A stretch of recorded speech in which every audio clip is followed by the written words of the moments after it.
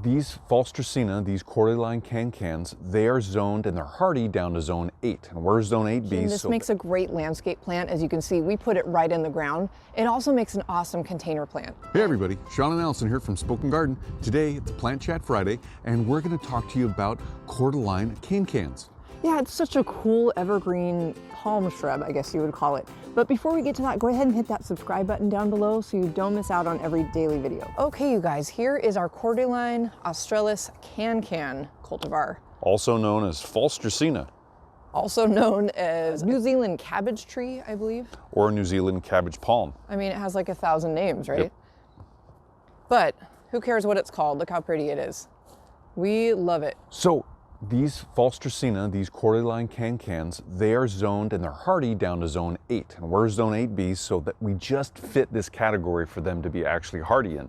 So you can see they're more of a fountain, more of a rosette shape right now, growing from the center out and then growing up. These are immature plants. Once they start to mature and get larger, they're going to keep growing up, each one of them. And as they grow up, they become more of a palm type of shrub. They actually grow a central stem, a central trunk, and they keep growing up, and then they'll branch out later. And you can see the newer growth is more of this red kind of pink with dark green center of the leaves, and then a little bit of a green of the midrib there. And you know, these are the newer leaves right here. The older leaves are a lot greener, and there's a little bit of silver in them maybe, and then also some of that lighter green on the edges, the margins of those leaves. And this is typical of the Can as they mature. So these plants love full sun or part sun, depending on the intensity of the sun, but they'll grow in either one of those situations. They love well-draining soil. It needs to be deep. They like deep soil. So if you think about planting like carrots and how deep they need to be to grow down with that long taproot, these like the same type of deep soil. So try to grow these in soil that's that deep. So you guys, like Sean said, these are immature plants. We just planted these last March, and actually you may have caught that video, and if you didn't, we'll link it down below if you want to see us planting all of these grasses and shrubs. So since these are still growing and getting used to their environment, they will eventually mature to about 3 feet wide. And you guys, these could get up to 3 to 5 feet tall. And where we placed them, you can see we spaced them out accordingly because they will grow into their space. And they're such an awesome looking, just dramatic plant. We didn't have anything here before this, and we just added instant color and instant interest. Plus what's cool is it's an evergreen. So it's gonna have constant color.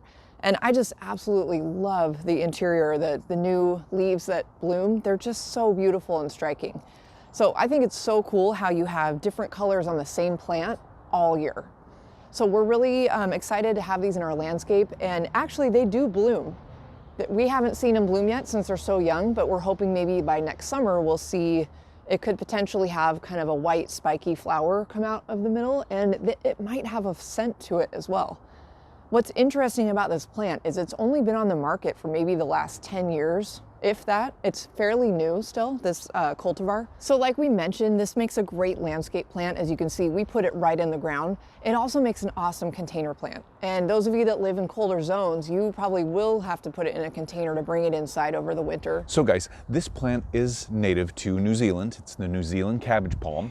You can see we've got a variety of plants that we planted around. We've got our grasses, we've got our broadleaf plants too, the hydrangeas around it. So, I mean, you can pretty much use this plant and plant it around other plants like companion plants. It's just make sure when you're planting it and planting other plants around it that they have the same needs like sun, water, and soil drainage that these plants do, because otherwise you're going to run into problems where you can get maybe spider mites. This plant is actually susceptible to spider mites, and you can run into other things like weird growth, maybe some chewing going on, some dieback in the tips or anything. So just make sure to keep that in mind. For overall care, this plant doesn't take a lot of time. It's not going to take a lot of your gardening time. You can come through and you can prune some of these older leaves that maybe got a little beat up. You can cut them back as close to the stem as possible.